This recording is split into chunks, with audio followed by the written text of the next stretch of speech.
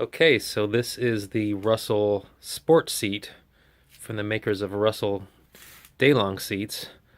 Um, and I'm not a big share on YouTube kind of guy, but since there's so little information out there about the sport version of these seats, I was a little frustrated finding information when I was considering one that I thought I'd ramble on a little bit about my experience with it. This is a V-Strom 650 2017.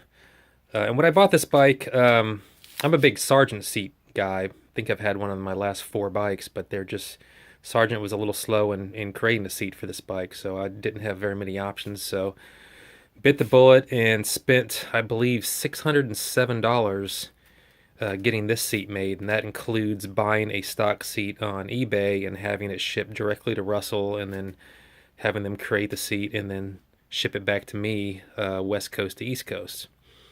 Now, if you send your stock seat off and don't buy a new stock seat, your cost will come down. And if you live closer to Russell out in California, your shipping will be a little cheaper as well. But I think I have $607 all in, and expensive, but I have to say it's worth it. One thing that separates the sport seat from the regular day-long seat is seat height. They did a real good job of keeping this seat at stock height. That was one thing I was a little worried about because this bike is a little bit on the tall side for me, but I have no problem getting my feet down. And when it came in, it sat high, and they warn you about that on their website. It'll be hard, uncomfortable, and tall when you first get it. And then with every mile, it starts to settle down. You'll lower in it a little bit. It'll get more and more comfortable, and by about mile 500, it'll feel fantastic.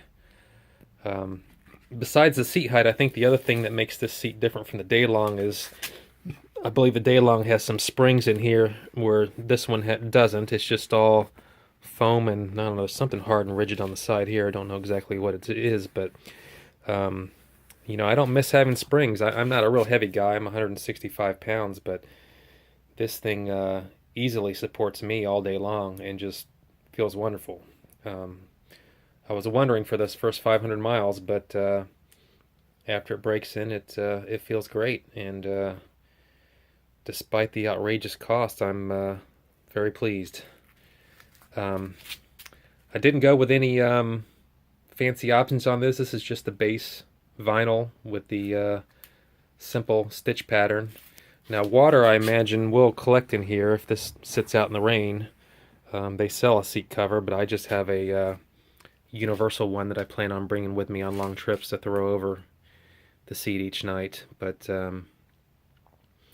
that's not something I'm really concerned about. I don't think it'll hold too much water. Plus, my pants are waterproof, so it shouldn't be a problem. But very happy with this. All day comfortable, super supportive. I can really put all my weight on those edges in turns, and it holds me up nicely. And at the end of a long day of riding, I'm not thinking about my rear end. I'm just enjoying the ride, and highly recommend the seat if the price is right for you.